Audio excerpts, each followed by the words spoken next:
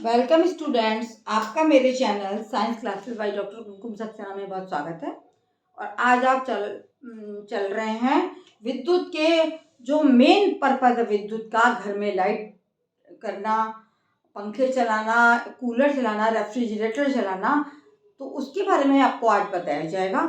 ये आपको जो पर्पज दिखाया गया है ये समान घरेलू पर्पज है, उसका व्यवस्था अधिक दिखाया गया है कि किस तरह से पर्पज घरों में कार्य करता है, हमारे घरों में कैसे बिजली आती है और हमारे सारे इक्विपमेंट्स कैसे चलते हैं। हमारे घरों में विद्युत आपूर्ति जो होती है वो मेंस से होती है। मेंस जो लगे होते हैं खंबे, वो कौन से खंबे होते हैं? जो ज़मीन पर, जो सरकार जो हमारी ज़मीन में गाड़ के खंबे लगाती है और वहाँ से विद्युत पर्पज सबके हर मोहल्ले में, हर शहर में जाल सा फैलाता है तार का, और बिजली के खंभों के सहारे या आजकल जो है पाइपलाइन ज़मीन के अंदर भी बिछना शुरू बिजली की हो गई है।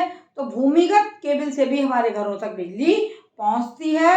इस तरह से ये विद्युत पर्पज आपको दिखाया गया है। इसमें आपको 3 तार दिखाए गए। पहला तार है विद्युन्मय तार, ये लाल रंग का होता है, और ये तार जो है वो इसके ऊपर लाल रंग का एक आवरण चढ़ा होता है। ये दिखाई दे रहा है आपको विद्युन्मय तार, और ये विद्युत मापी लगा हुआ है, और विद्युत प्रदाय है ये, जिसमें बोर्ड का फ्यूज लगा होता है। और एक तार आपका दूसरा तार है उदासीन तार।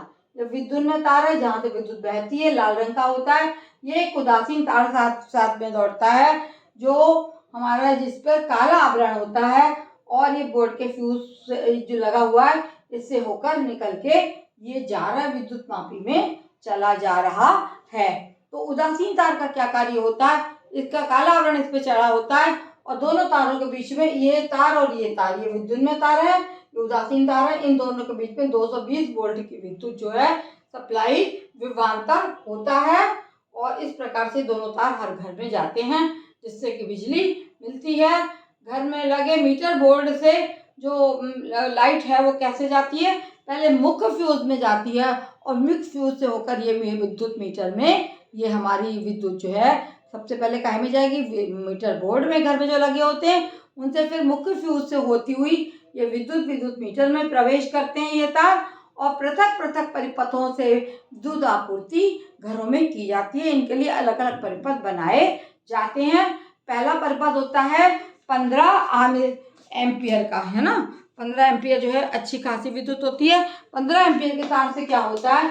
15 एम्पियर एक आता है, 15 एम्पियर एक आता है 5 एम्पियर।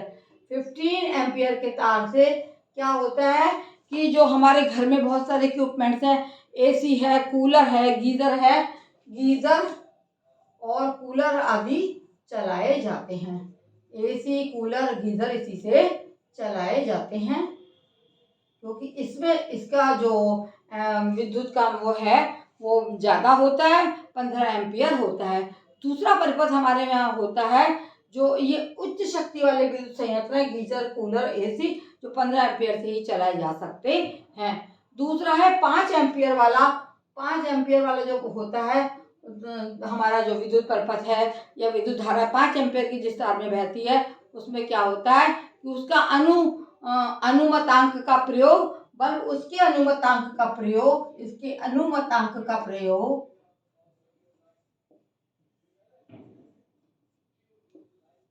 काय में किया जाता है? बल्ब, पंखे आदि को चलाने में किया जाता है। आदि को चलाने में जो 5 एम्पियर की विद्युत धारा है वो इन चीजों को चलाने में की जाती है। तीसरा है भू संपर्क तार, ठीक है, जो ऊपर ऊपर जा रहा है भू संपर्क तार।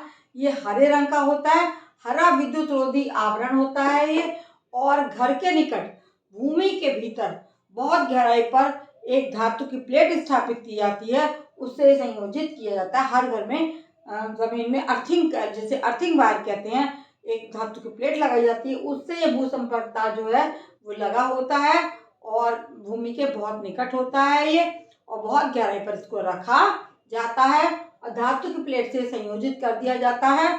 इसका उपयोग काहे के लिए किया जाता है? प्रेस, टोस्टर, जो अर्थिंग वायर है हमारा, उसका प्रयोग क्या होता है? प्रेस, टोस्टर, रेफ्रिजरेटर आदि विद्युत के जो हमारे घरों में इक्विपमेंट्स होते हैं उनके सुरक्षा के रूप में अर्थिंग वायर्स का उपयोग किया जाता है।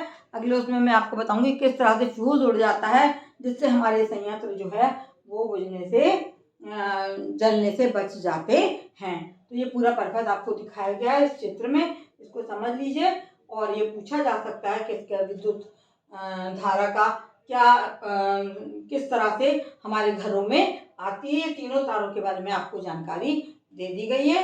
मेरे इसको देखने के लिए बहुत बहुत धन्यवाद। ये मेरा बिल्कुल निःशुल्क क्लास है और आप जिन बच्चों ने सब्सक्राइब ना किया हो बच्चों सब्सक्राइब करें और मेरे पढ़ाए हुए लेसन्स को देखते रहिए। आपको निश्चित फ़ायदा मिलेगा और सरल रूप में आपको बताया गया है, केवल आपको देखना है।